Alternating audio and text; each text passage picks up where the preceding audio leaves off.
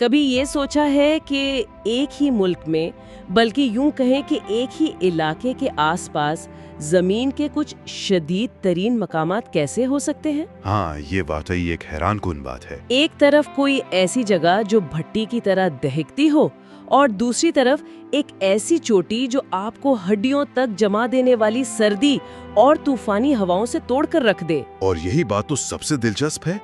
हम अक्सर मौसम को बड़े पैमाने पर देखते हैं, जैसे सहरा गर्म होते हैं और पहाड़ ठंडे। बिल्कुल।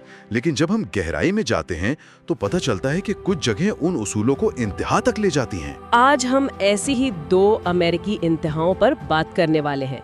एक तरफ है मौत की वादी यानी डेथ वैली, जिसे बजा तौर पर जमीन की भट्टी कहा जाता है, और दूसरी तरफ है माउंट वॉशिंगटन, जो दुनिया के बदतरीन मौसम का घर के नाम से मशहूर है। तो आइए इस मामले की तह तक पहुंचते हैं और देखते हैं कि इन जगहों को क्या चीज इतना खास और खतरनाक बनाती है, और इनके पीछे की साइंस क्या है, और कैसे जिंदगी इन नाकाबिले यकीन हालात में भी अपना रास्ता तलाश कर लेती है।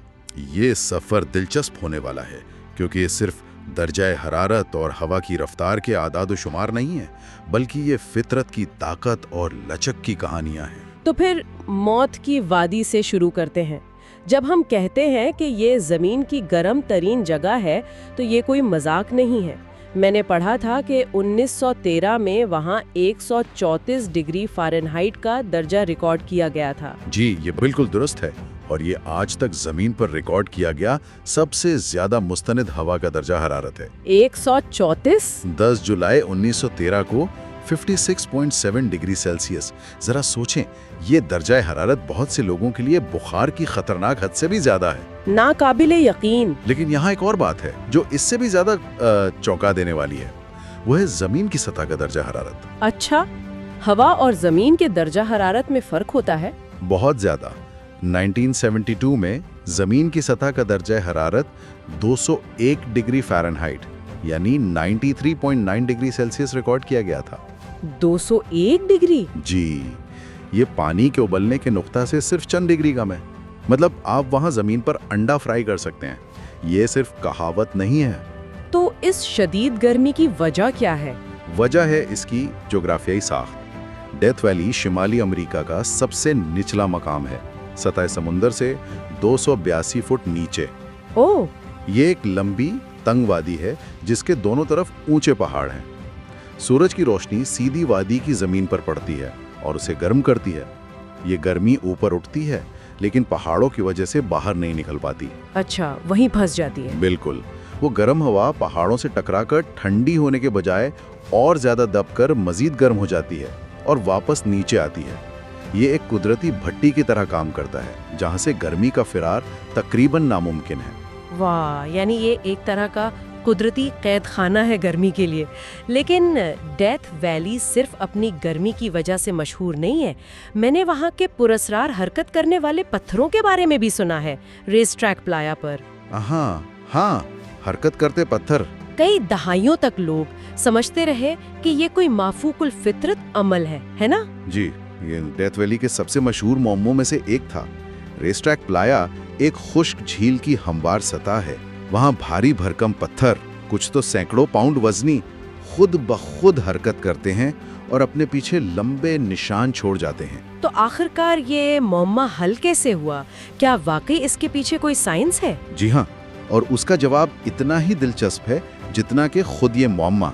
2014 में साइंसदानों ने पत्थरों पर जीपीएस ट्रैकर और कैमरे लगाकर इस अमल को पहली बार रिकॉर्ड किया। ओह, तो उन्होंने उसे होते हुए देखा? बिल्कुल। उन्होंने दरियाफ्त किया कि ये कुछ खास मौसमी हालात का एक नायाब इम्तजाज है। सर्दियों में जब कभी कभार बारिश होती है तो प्लाया की सतह पर पानी की एक पतली तह जमा हो जाती है। ठीक है। अगर रात को दर्जाए हरारत नुक्ता इंजमात से नीचे गिर जाए तो ये पानी जमकर बर्फ की बहुत पतली लेकिन बहुत बड़ी चादरें बना लेता है। बर्फ की चादरें सहरा में?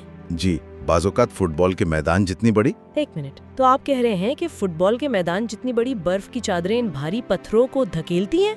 ये कैसे मुमकिन है? बिल्कुल। जब अगले दिन सूरज निकलता है तो ये बर्फ पिघलने लगती है और टूट जाती है, जिससे बड़े बड़े तैरते हुए बर्फ के टुकड़े बन जाते हैं। फिर जब 30 से 40 मील फी घंटा के रफ्तार से हवा चलती है तब क्या होता है? तो ये बर्फ की बड़ी चादरें एक बहुत बड़े बादबान की तरह काम करती हैं।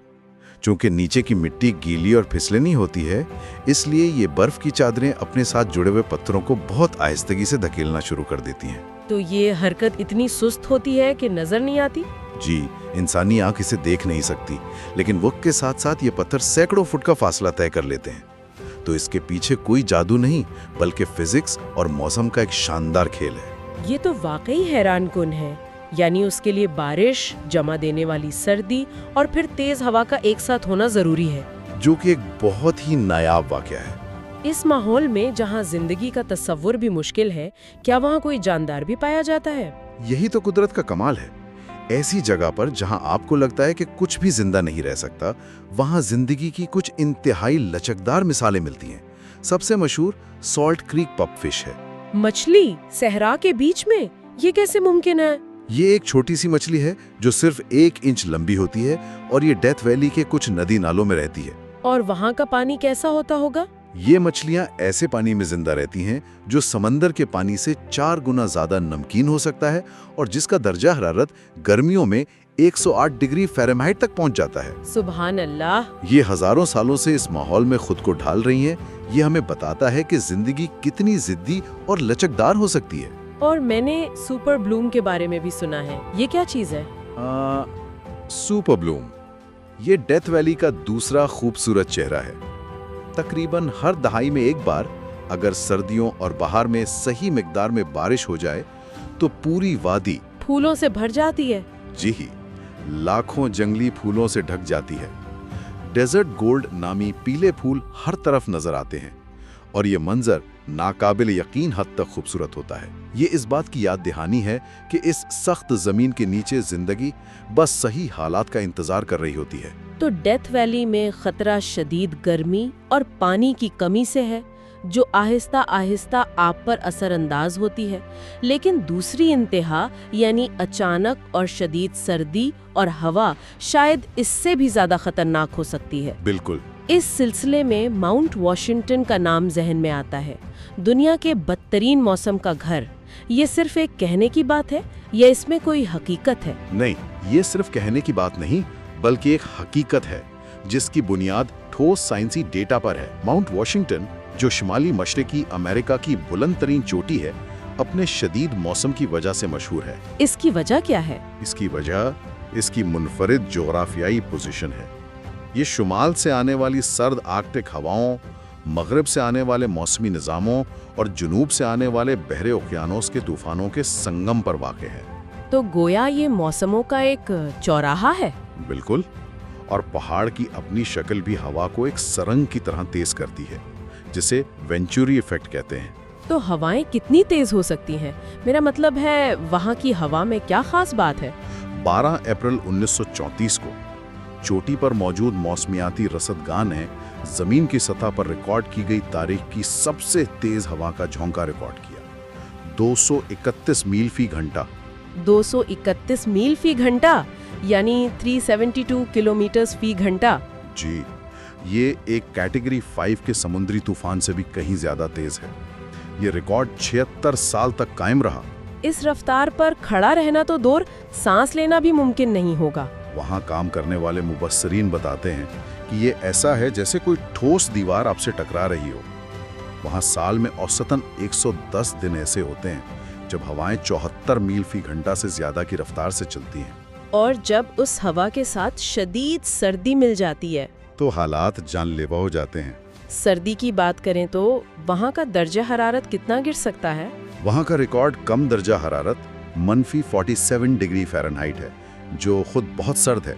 लेकिन असल खतरा विंड चिल है, यानी हवा की वजह से महसूस होने वाली ठंडक। अच्छा। फरवरी 2023 में विंड चिल ने अमेरिका में एक नया रिकॉर्ड कायम किया, -108 डिग्री फ़ारेनहाइट। -108 यानी -77.8 डिग्री सेल्सियस। इस दर्जा हरारत पर तो जिल्द चंद सेकंड्स में जम सकती है, फ्रॉस्ट बाइट हो सकता है। ये तो किसी दूसरे सैयारे जैसा माहौल लगता है। वहाँ चोटी पर एक रसदगाह भी है जो सारा साल काम करती है। वहाँ लोग रहते कैसे हैं? ये अपने आप में एक कमाल है। माउंट वॉशिंगटन ऑब्जर्वेटरी 1932 से मुसलसल काम कर रही है। वहाँ के साइंसदान और मुहक्किकीन शिफ्टों में काम करते हैं। और उनकी इमारतें, मैंने सुना है कि वो जंजीरों से बंधी हुई हैं। जी, ये सच है। हालात की संगीनी का अंदाज़ा इस बात से लगाया जा सकता है कि वहाँ की इमारतों को ज़मीन के साथ मोटी जंजीरों से बांधा गया है ताकि वो उन तूफानी हवाओं में उड़ ना जाएं। जरा सोचें, एक ऐसी जगह पे काम करना जहां आपको डर हो कि आपकी इमारत ही उड़ जाएगी। वो वहां करते क्या हैं? सिर्फ मौसम रिकॉर्ड करते हैं? मौसम रिकॉर्ड करना एक बड़ा हिस्सा है, लेकिन ये जगह साइंस के लिए एक अनमोल तजुर्बा गाह भी है। वो यहाँ तैयारों के परों पर जमने वाली बर्फ, विंड टर्बाइन्स और सर्द मौसम में इस्तेमाल होने वाले आलात की जांच करते हैं। अच्छा, तो ये तहकीक हमारी रोजमर्रा की जिंदगी को भी महफूज बनाती है। बिल्कुल। तो हमारे पास दो जगहें हैं।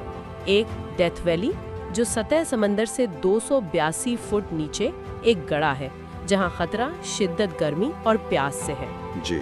और दूसरी तरफ 6288 फुट बुलंद माउंट वॉशिंगटन है, जहां जानलेवा सर्दी और ऐसी हवाएं हैं जो आपको उड़ा कर ले जा सकती हैं। और यही तजाद इस बहस को दिलचस्प बनाता है।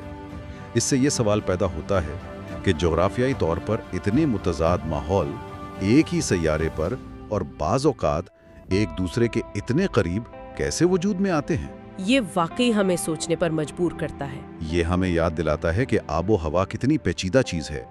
डेथ वैली की गहराई गर्मी को कैद करती है, जबकि माउंट वॉशिंगटन की बुलंदी और मकाम उसे तूफानों के लिए खुला हदफ बनाता है। आज हमने जमीन की भट्टी से लेकर बर्फानी तूफानों के मरकज तक का सफर किया। हमने हरकत करते पत्थरों के पीछे की साइंस को समझा, शदीद गर्मी में जिंदा रहने वाली मछलियों की हिम्मत को देखा और उस हवा की ताकत को महसूस किया जो इमारतों को भी अपनी जगह से हिला सकती है। और आखिर में एक और हैरानकुन हकीकत जो इन दोनों इंतहाओं को एक साथ जोड़ती है, वो क्या है? माउंट विटनी, जो अलास्का को छोड़कर बाकी अमेरिका की सबसे ऊंची चोटी है, वो मौत की वादी यानी अमेरिका के सबसे निचले मकाम से सिर्फ 85 मील के फासले पर है। क्या वाकई सिर्फ 85 मील? ये तो कुछ भी फासला नहीं है। बिल्कुल। इस पर गौर करें, ये मुमकिन है कि कोई शख्स अमेरिका के सबसे गर्म और निचले मकाम पर खड़ा होकर उफुक पर उसके सबसे ऊंचे और सर्द तरीन मकामात में से एक को देख सके। ये तजाद और कुर्बत, ये तो दिमाग को घुमा देती है। और ये हमें याद दिलाती है कि हमारी दुनिया हैरतों से भरी हुई है, जहां इंतहाएं अक्सर एक दूसरे के बहुत करीब मौजूद होती हैं।